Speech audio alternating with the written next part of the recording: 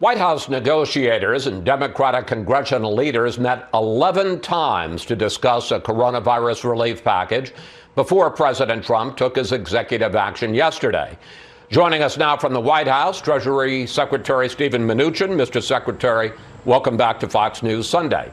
Thank you, Chris. It's good to be with you.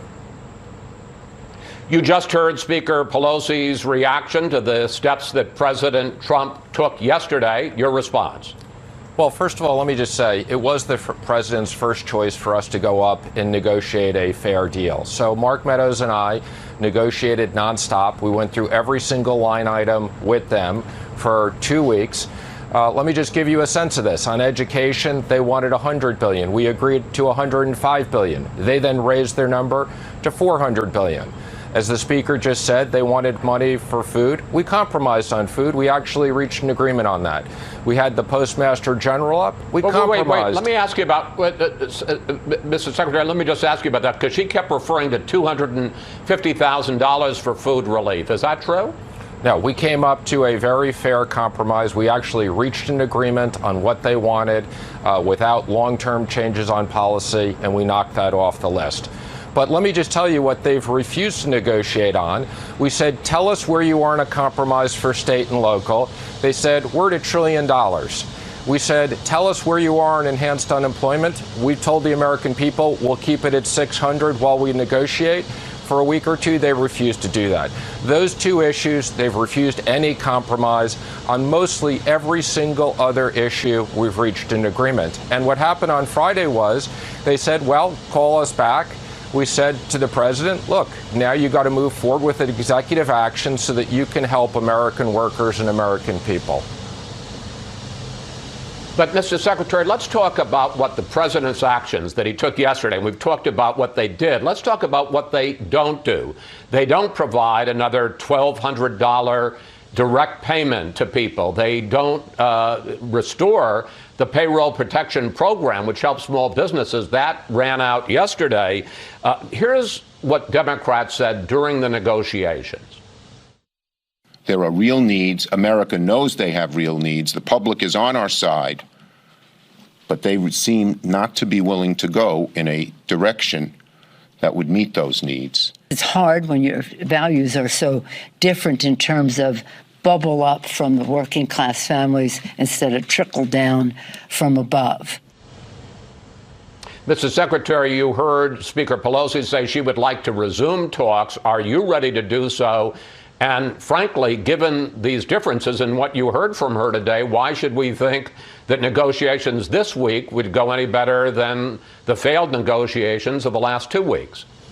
Well, Chris, I've told the Speaker and Senator Schumer anytime they have a new proposal, I'm willing to listen. But let me just say you're right. We agreed with the Democrats. We both want to send more checks to the American workers. We want to send more PPP to those hardest hit businesses. We've said let's pass legislation on the things we agree on and knock these off one at a time. And they've refused to do that until they get their $1 trillion for the states. I've also spoke to many governors over the last few days. We offered more money for the states. They still have $150 billion from last time. Most of them haven't even used half of the money. The governors are saying we need more money for education. We need help. And the president said, we'll give it to you, but not $1 trillion. Mr. Secretary, I want to refer to something that Speaker Pelosi referenced, and that was the comment from Republican Senator Ben Sasse that this governing by executive action is, his words, unconstitutional slop. What makes you think that spending over $100 billion that Congress has not appropriated for these specific purposes is legal? And what happens if there's a court suit and all of the actions that the president took yesterday are blocked by a federal court? Well, Chris, let me just say we've cleared with the Office of Legal Counsel all these actions before they went to the president. The president knew unemployment insurance was ending. He said, let's continue at $400. By the way, the 25% from the states, they can either take that out of the money we've already given them, or the president can waive that. We've been told by the states they can get this up and running immediately. And I would say if the Democrats want to challenge us in court and hold up unemployment benefits to those hardworking Americans that are out of a job because of COVID, they're going to have a lot of explaining to do. As we say, you have cut the federal unemployment benefit from $600 to $400, $300 from the feds, $100, this is a week, $100 from states, but you say a lot of that would come from federal money they've already received. Do you really think that the hundreds of millions that the millions of families that lost jobs because of the virus don't need that money, that they don't need the extra $200 a week? Chris, let me be clear. First of all, on the 25%, that's coming from money we already gave the states. So this is effectively 100% paid for by the federal government. Let me also remind you that Obama, during the financial crisis, paid a $25 top-up. So this has never been done in the history of time. We thought $400 was a fair compromise, but let me just also say, we offered to continue to pay $600 while we negotiate, and the Democrats turned that down. So the president that was only for 1 week. That was only for 1 week. Actually, Chris, we extended it to 2 weeks, but they made perfectly clear they're not going to agree on a piecemeal deal. They want to hold up the American public from getting the money they need until they get everything they want, which is just a bad outcome, as I said. Let's talk about another issue, and that is the suspension of payroll taxes, which even a number of Republican senators oppose. There are two issues there seem to be here. First of all, suspending payroll taxes doesn't help the millions of people who are out of jobs and don't have to pay payroll taxes, so they don't get a benefit there. And it's also not a payroll tax cut. It's a payroll tax suspension. Isn't there a danger that a lot of businesses won't pass these savings through to workers because they're going to hold on to the money in as much as at some point, according to this executive action, by the end of the year, those payroll taxes are going to have to be paid anyway? Well, Chris, the president wanted to do a payroll tax cut. We could do the payroll tax deferral. He's going to go to the American people and tell them that when he's reelected, he will push through legislation to forgive that. So in essence, it will turn into a payroll tax cut. But let me just also say, for the hardworking people that don't have jobs, that's why we've extended the $400.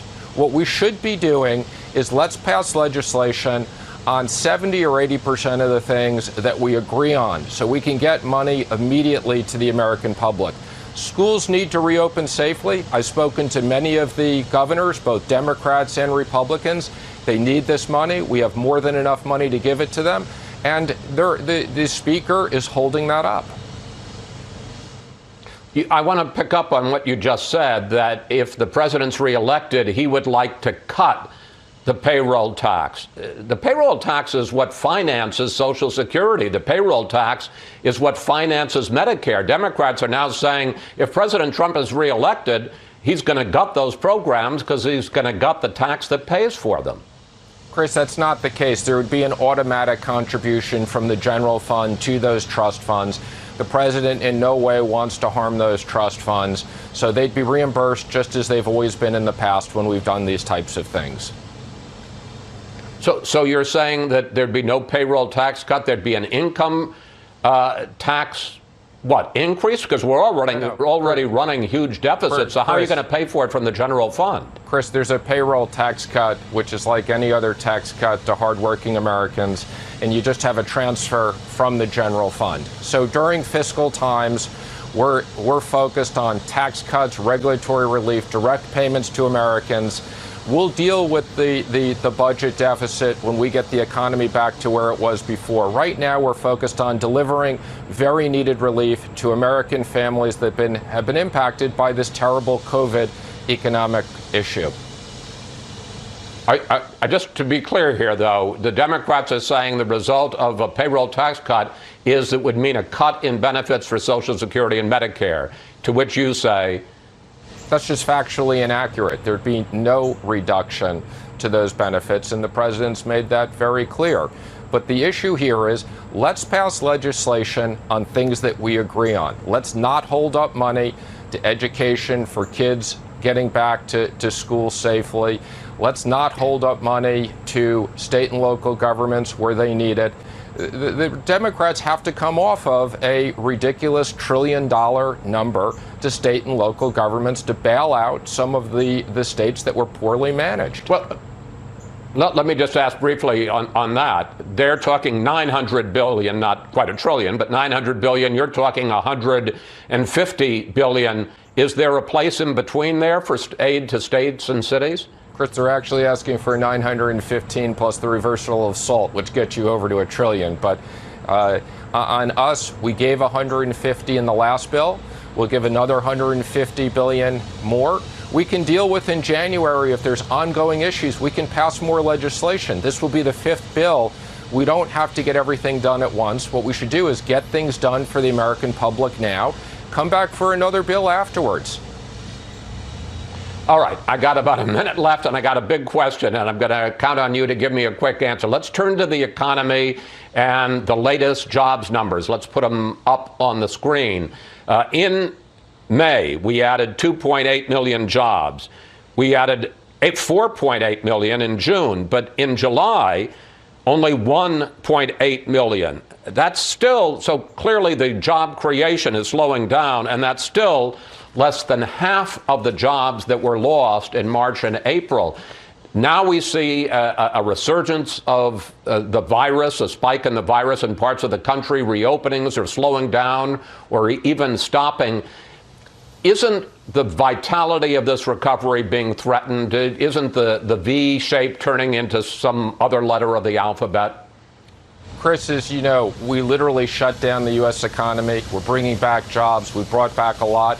The president's work's not done until we get all the jobs back, and that's why he wants to continue to send money to the American public so this economy comes back and everybody gets their jobs back.